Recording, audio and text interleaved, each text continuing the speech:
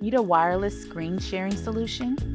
Meet the OneScreen Cast, a quick way to share your screen wirelessly. First, plug the OneScreen Cast receiver into a USB port on the board. The configuration process takes approximately 30 seconds. Once the configuration is successful, remove the OneScreen Cast from the board and plug it into your laptop. Watch the indicator on the puck.